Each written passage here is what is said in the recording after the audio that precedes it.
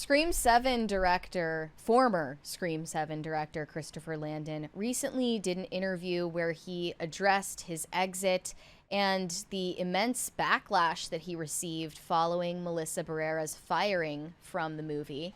And I guess that a lot of people with watermelon emojis on their screen names for some reason assumed he was responsible for that decision behind the scenes.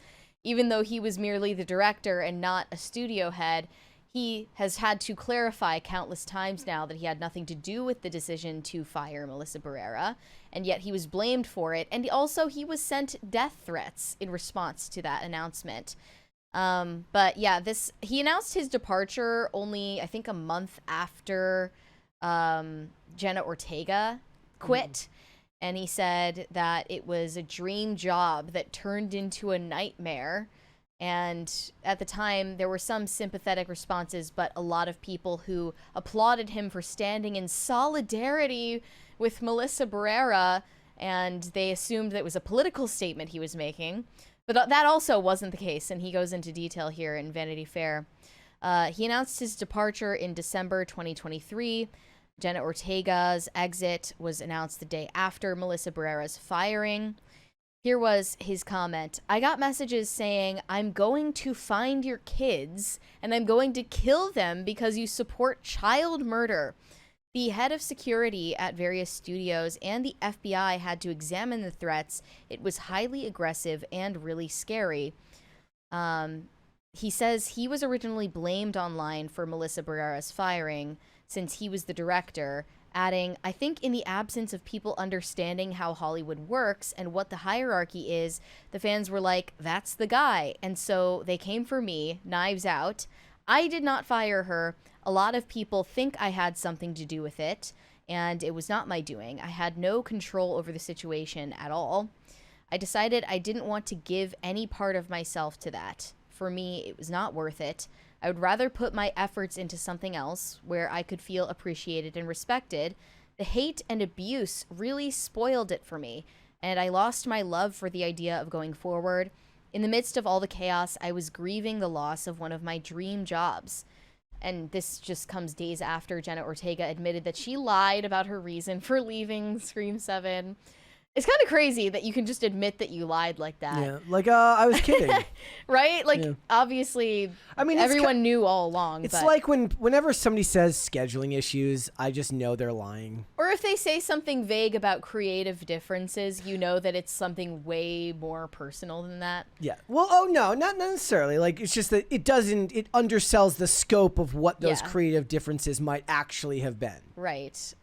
Jenna Ortega admitted just days ago that she actually quit because of Melissa Barrera's firing, and she just felt like she wasn't doing the movie with the same tight-knit community of people anymore. And I assume that Christopher Landon felt the same way, and now he's in the middle of promoting his new film, Drop, which is a Blumhouse production. Yes. But, yeah, then he goes on about her leaving, Jenna Ortega leaving, and he says he was hoodwinked by the studio. Yeah, they definitely did this dude dirty. They're like, oh, you're going to sign on, right? You're going to sign on, right? You're going to sign on, right? He finally signs on. They're like, got you. Yeah, they completely jump scared him. No pun intended. And they only told him that Jenna Ortega had left the project after he signed on to direct. That's just crazy work. Like, that feels like a legal issue. Like the star of the movie. How can you do that to someone? And that would have been before they got Nev Campbell back, I'm guessing. Yes. Yeah. So they're like, so we have no star. Yeah. We have no co-star. All the main characters that actually mattered are either dead or not coming back. Here you go. Have fun. You can have Ghostface. That's all. I mean, to be fair, some people believe that as long as you have Ghostface, you can make it work. I really don't call any of them Scream after Scream 4 because once Wes Craven died, I just kind of don't care. Well, a lot of people after Scream 6 were saying that Melissa Barrera and Jenna Ortega killed it, and they're like the new Scream queens of this century. And I mean, I don't know if I would it call might have them been that. overselling it. Yeah. But they certainly are popular. Jenna Ortega especially was a huge draw if this went through as planned. But he said, at the time, we were figuring it out. How do we make another movie without her? How do we manage that? So that was old news to me from the go. It made a lot of sense what she said, because I do think that sometimes when you're an actor, it'd be like Jessica Roth finding out we're making a third Happy Death Day and I'm not directing it. I think we all get very attached to the people that we work with and we align ourselves with creatively. And when somebody new comes in, it's like, who's this guy? So I totally got that 100%. And now, in response, they have brought back Neve Campbell, and they've brought Courtney on Cox is also coming Kevin back. Williamson directing. Supposedly Scott Foley is coming back too. Again, I don't know how you do that, given what happened to him at the end of Scream 3. I don't know, but Look, supposedly Matthew Lillard AI. is back too.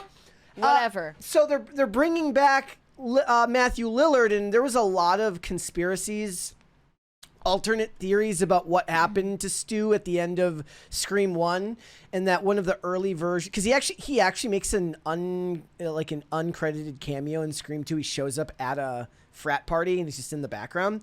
But there were like all the uncredited, or all of the theories about how he survived and he's running like a serial killer cult from jail, and it was kind of one of the inspirations for the show The Following, starring Kevin Bacon, which everybody should go watch if But you it haven't. wasn't actually a spin-off or anything. No. It was just an Well, inspiration. no, the same Kevin Williamson was the guy who made The Following, and he also was the screenwriter for those films. He's still working on this franchise. I don't know if they're going to bring him back in that role or if it's going to be a flashback type thing. Like, it'll end up being like... but de-aged. Look, well, the great thing is he dies in a way that you could never do now. In the original Scream, she dumps a tube TV on his head, and nobody has tube TVs anymore. If they were making, because they're making a new, they're making a new scary movie too. They need to try to reenact that now, or they just drop like a flat screen TV on you and nothing happens. Like, it kind of hurts, but it bounces. Hey, off you. Ouch! Why did you do that? They might have done that in one of the scary movies. I don't even know. But the point is that they're bringing back Matthew Lillard, so they've got enough like old cast members back involved to distract from the fact that there isn't Jenna Ortega. But it would have been cool to see her interact with these other characters. But again, I kind of don't care, because even though you do have Kevin Williamson, Wes Craven is no longer with us. Well, look, what I'm taking away from this is that they shouldn't have fired Melissa Barrera in the first place. With all the domino effects, it would have been maybe okay if she just left and that was that. But the domino effects have been kind of crazy to watch, and she didn't deserve to be fired for her political views. She shouldn't have been. Really? She wasn't involving it in the movie. She wasn't involving it in promo for the movie either. It was just her own personal social media account. As cringy as that may be, and whatever you think of her stance on Palestine, like, honestly, who cares? Can I ask you a question, and we'll keep it related to these things. Do you think that it's true that women suffer more from speaking out than men? Suffer more from speaking out? Yeah. Are they fired? That they speak out more, or they face more consequences? They face more consequences. Pedro Pascal says whatever he wants, nothing happens. Mark Ruffalo says whatever he wants, nothing happens. Well, they are much older and have a much longer career than Melissa Barrera. Well, I mean, I'm just asking questions. So I mean, those aren't really a one-to-one comparison.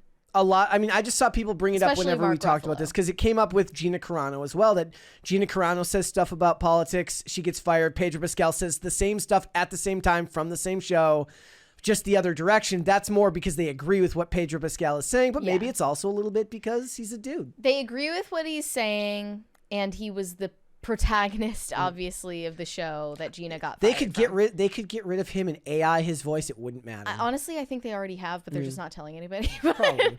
But I don't know. I mean, okay, but let's think about it from the perspective of someone speaking out, saying something that's like actually out there. Like, I don't know, something that right-wing people would sympathize with. Like what? Like, what has a man said? What has a man in Hollywood said that was like sympathetic to people on the right, and he didn't face consequences for it? I can't think of one. Like,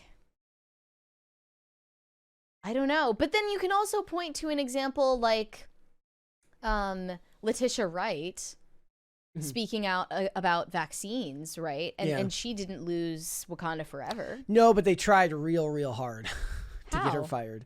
Twitter tried real hard. Twitter, to get her okay, fired. that's one thing, but Disney didn't care.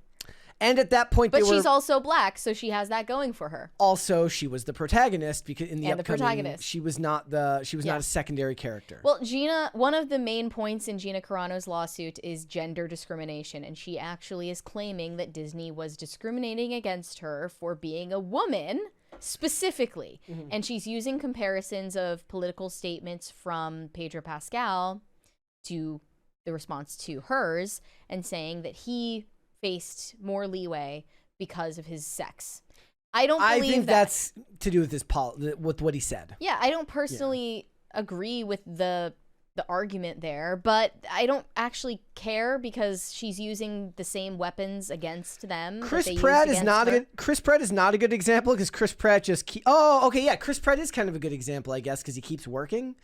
Like he doesn't lose his job. John, he doesn't say much though. Yeah, he doesn't. He kind of says, I go to church and that's about it. Yeah, he's a Hillsong attending, libertarian leaning liberal. Sandy Pasta says remake Anaconda. That movie was awesome. They actually are remaking Anaconda right now, and they're turning it into a comedy.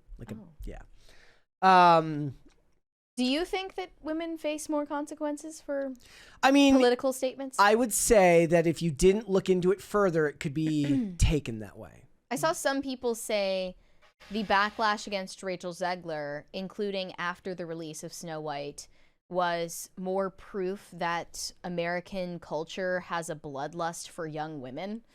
And it's sort of the same way that someone like Britney Spears got tarnished in the media and maybe, wasn't deserving of it.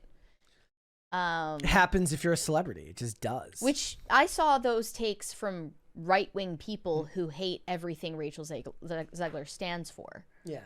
And they were still saying that the backlash she was receiving was way too harsh. For Rachel Zegler. And I don't know if I even care.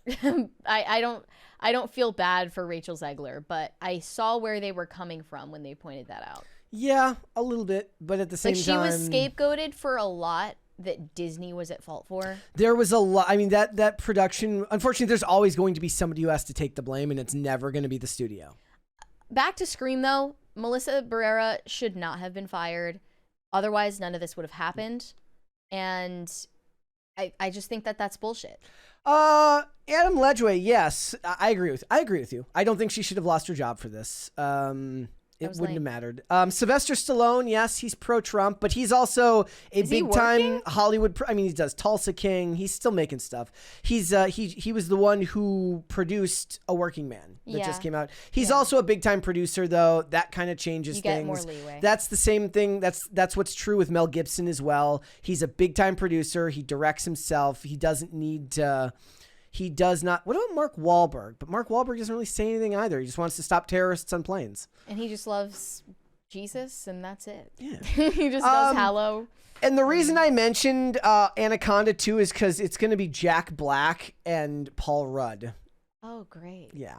So, all right. An all-star lineup. Look, I don't think she should have been fired, but I do think that they probably did the best thing they could in this situation, which was to get Neve Campbell back, which was to get Matthew Lillard back, which diehard fans of the franchise are going to be really excited about. So we'll have to wait and see. Thanks for watching. Listen to full episodes of Pop Culture Crisis on Spotify. Keep up with us on social media and make sure you subscribe and ring that bell so you never miss the show. Bye, guys.